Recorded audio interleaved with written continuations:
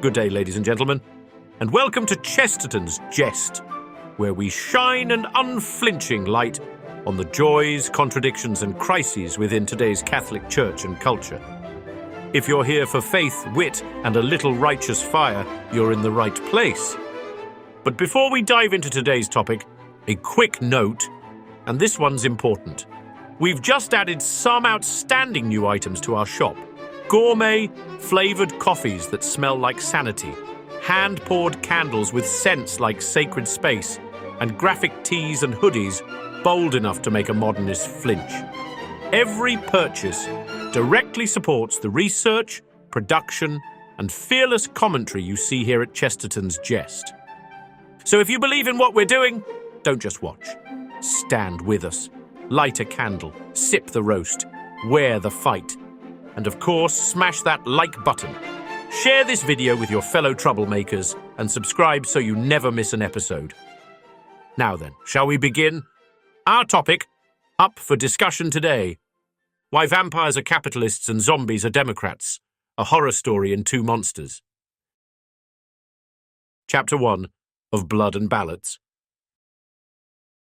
There are two types of monsters that haunt the subconscious of the modern man: the vampire and the zombie. These are not merely figures of cinematic fiction, but the unconscious symbols of two dying pillars of Western society: the corrupt elite and the irrational mob. The vampire drinks the blood of the living with aristocratic polish. The zombie gnaws flesh with egalitarian hunger. Their presence in modern law is not coincidental. It is confessional. Vampires are always aristocrats. Zombies are always Democrats. Both are dead, both are parasitic, and both are tragically modern. Chapter 2: The Parasitic Aristocrat. The vampire is elegant, timeless, and ever detached from toil. He is not a creator, but a consumer of creators. His immortality is not a gift, but a theft. He does not build wealth. He preserves it, like a corpse. He lives in castles, built by forgotten hands, and survives by draining the life of peasants whom he flatters or frightens into submission. The vampire is always foreign, not merely geographically, but metaphysically. He belongs to no village, no parish, no tradition, except the long lineage of lifeless lords. He fears the cross, not because it is superstitious, but because it proclaims the end of all thrones built upon human blood. Chapter 3: The CEO in the Crypt. Modern man thought he had banished vampires when he decapitated monarchies and buried the noble class. But the vampire merely updated his wardrobe. Today, he wears a three-piece suit, speaks in acronyms, and attends sustainability conferences. He lives, not in a castle, but in a gated compound surrounded by biometric locks and private security. He no longer needs to be invited across your threshold. You invite him daily through screens. He feeds on your time, your data, your attention. He has traded velvet for minimalism, but his nature has not changed. He is the one who profits without producing, who rules without risk, who drinks deep while the rest thirst. And like all vampires, he cannot see his reflection, not because he lacks a mirror, but because he fears what truth might reveal. Chapter 4: Lifeless Capital. Vampire capital is the dominion of wealth without virtue. It is the cult of accumulation without end or reason. It rewards those who produce nothing, risk nothing, and bleed others dry with sterile efficiency. It enthrones the algorithm and casts out the craftsman. It praises innovation while outsourcing all memory. Its sin is not wealth, it is undead wealth, wealth severed from gratitude, humility, and generational stewardship. Like Dracula hoarding his victims, vampire capital hoards its digits and calls it success. It is not capitalism rightly ordered by virtue, but capital risen from the grave of tradition. Chapter 5: The Mob with No Mind. Then there is the zombie, the symbolic creature of the masses unleashed. Unlike the vampire who rules from above, the zombie rises from below. He is not elegant, not articulate, not even aware. He is the living embodiment of a society that has killed truth and now wanders aimlessly, devouring what remains.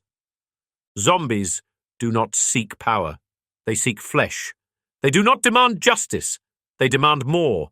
They are the final product of democracy divorced from logos, a culture in which all are equal because all are empty. Chapter 6.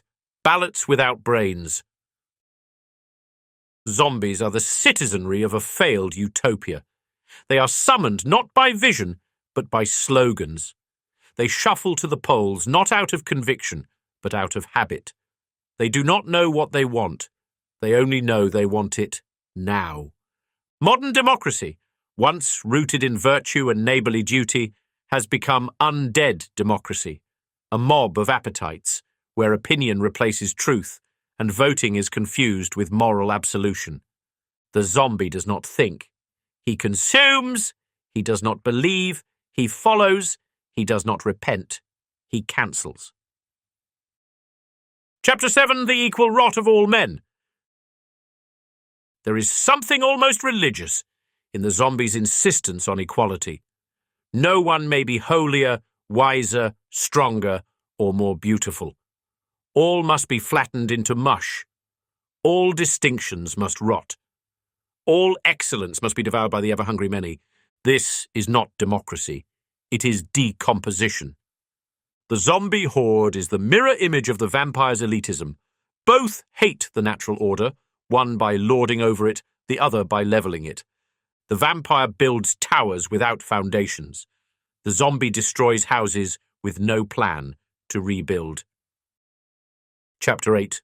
The Last Free Man. Between these two monstrosities stands the man not yet undead, the man of hearth and altar. He is neither count nor consumer. He is a father, a farmer, a teacher, a tradesman. He remembers the names of his ancestors and teaches his children to pray. He knows vampires when he sees them and keeps garlic by the door. He knows zombies when he hears them groan through media channels and locks his mind against the bite of madness. He lives not by slogans, but by the creed. He is mocked for his simplicity, hated for his faith, and ignored by both the boardroom and the ballot box. But he endures. Chapter 9. The only resurrection that matters. There is a cure for both vampirism and zombification. It is not found in political reform or economic revolution, but in the tomb of Christ, which, unlike the vampire's crypt or the zombie's grave, was found empty. The vampire flees the cross. The zombie forgets the cross, but the saint carries it. Modernity must choose resurrection or rot. It may continue to enthrone the blood drinkers and celebrate the flesh eaters, or it may repent, rebuild, and kneel. Not to Silicon Valley, not to Washington, but to a crucified king who gives his own blood, not to take life, but to give it. Thank you for watching. If you enjoyed today's video and share our passion for defending the true faith with a touch of humour, be sure to head over to chestertonsjest.com. Please support us by grabbing a bag of our gourmet flavoured coffee, or take one of our beautifully scented candles, and consider slipping into one of our fun and fervent graphic tees or hoodies, designed to make you think and look good while doing it. Whether you're looking to wear your faith proudly or share a laugh, we've got something for everyone. Visit us today and join the movement, because in times like these, it's more important than ever to stand firm in our beliefs with style and wit. If you love what you hear, please don't forget to support the show by shopping at our store. Your purchase helps us keep this channel running and ensures more great content comes your way. As Chesterton once said, a madman is not someone who has lost his reason. A madman is someone who has lost everything except his reason. So, let's keep our reason and our faith intact together. Thanks for listening. God bless you, and may the good Lord be praised.